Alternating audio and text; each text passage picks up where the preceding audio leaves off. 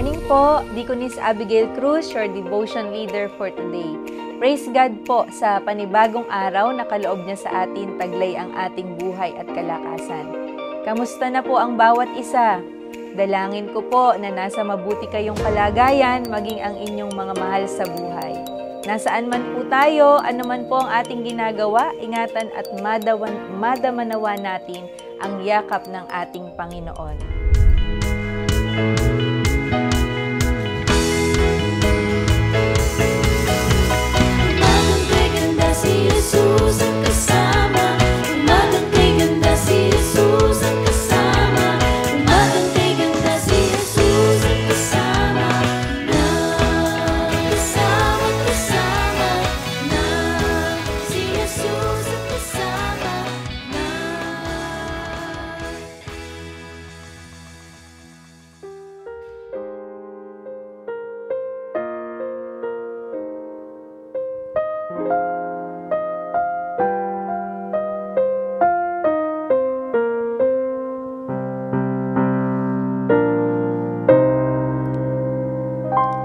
We are one in the Spirit, we are one in the Lord. We are one in the Spirit, we are one in the Lord. And we pray that all unity may one day be restored. And they'll know we are Christians by your love, by your love. Yes, they'll know we are Christians by your love.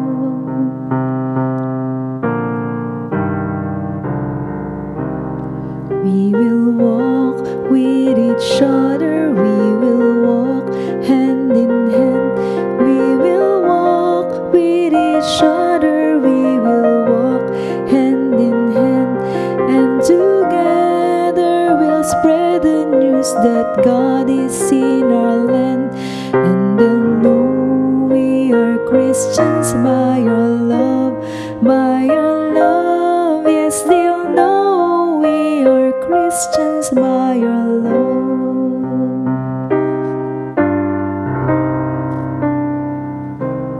We will work with each other, we will work side by side. We will work with each other, we will work side by side. And we'll guard each one's dignity and save each one's pride. And they'll know we are Christians by your love, by your love. Yes, they'll know we are Christians by your love.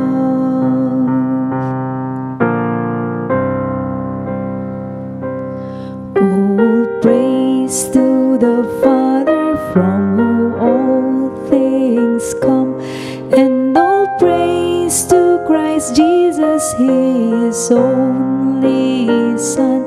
And all praise to the Spirit who makes us one. And they'll know we are Christians by your love, by your love. Yes, they'll know we are Christians by your love.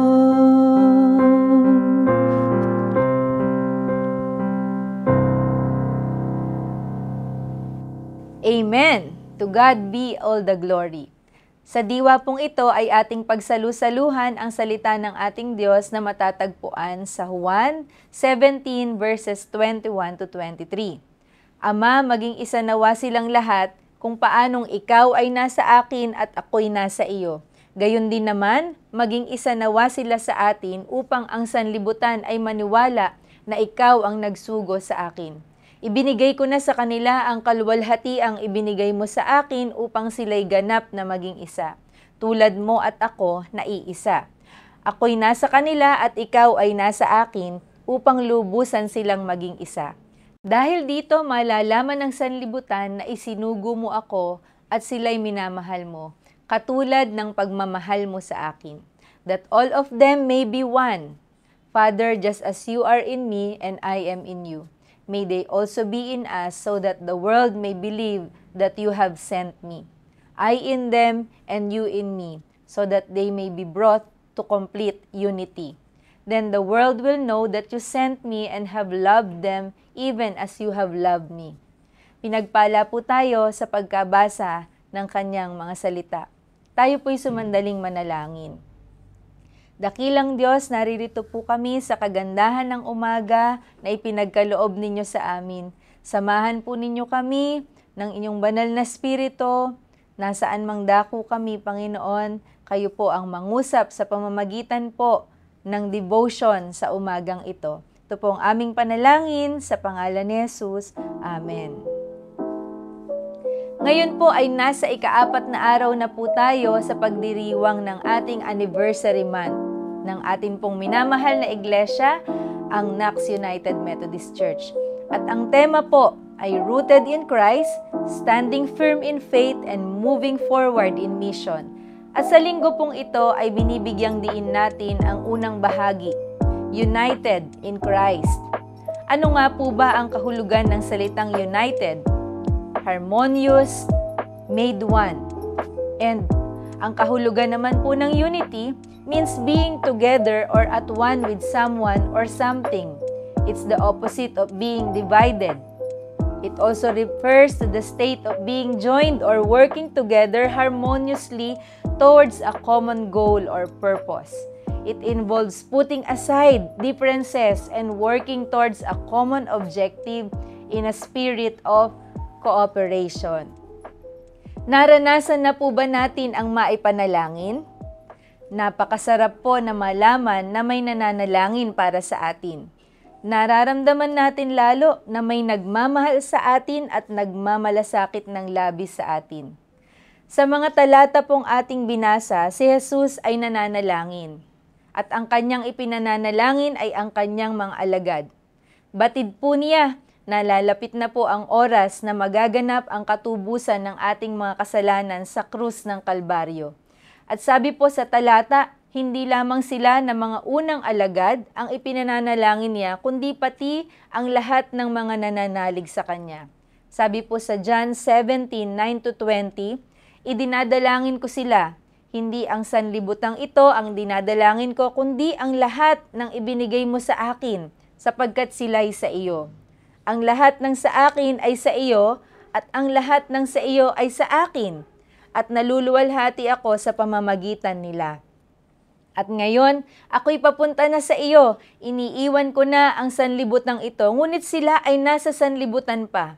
Amang banal, ingatan mo po sila sa pamamagitan ng kapangyarihan ng iyong pangalan, ang pangalang ibinigay mo sa akin upang kung paanong ikaw at ako ay iisa, gayon din naman sila'y maging isa.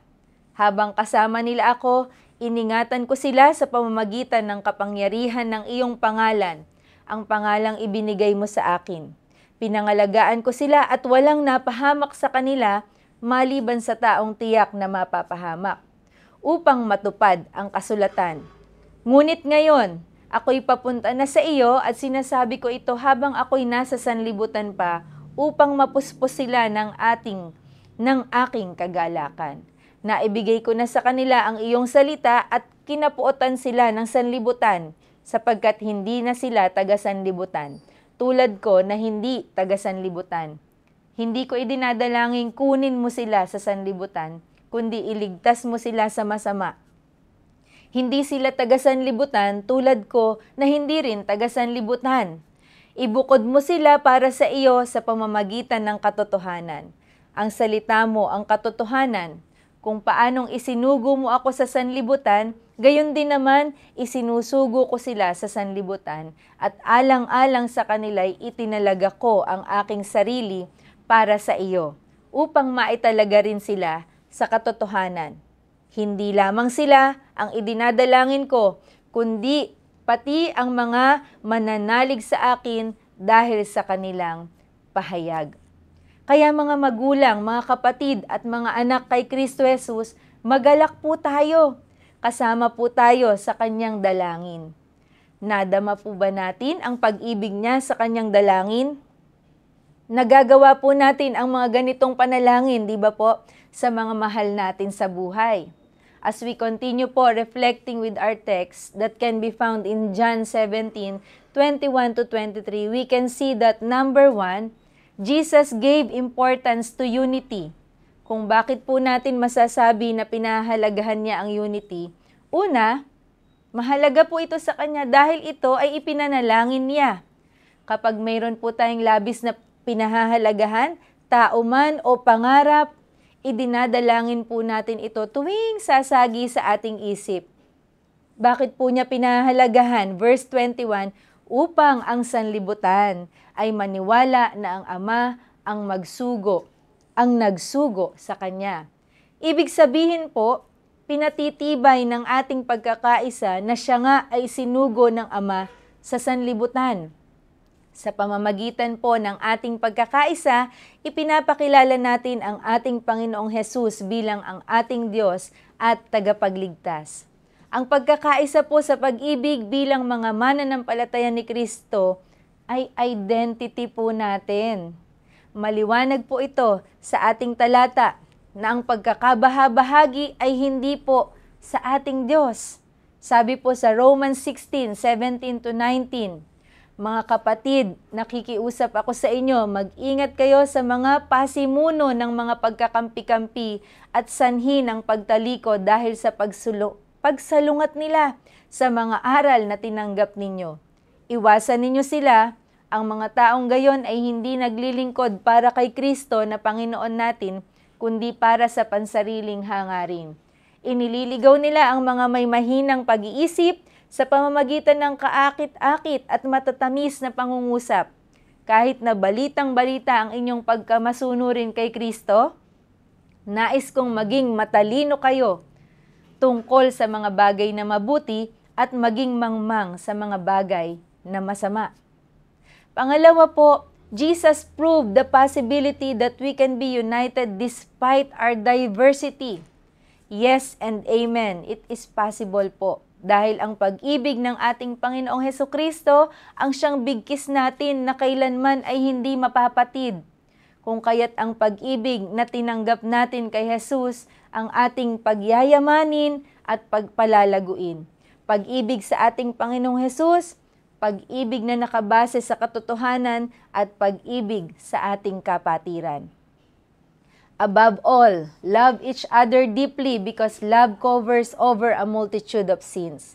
Offer hospitality to one another without grumbling. 1 Peter chapter 4 verses 8 to 9.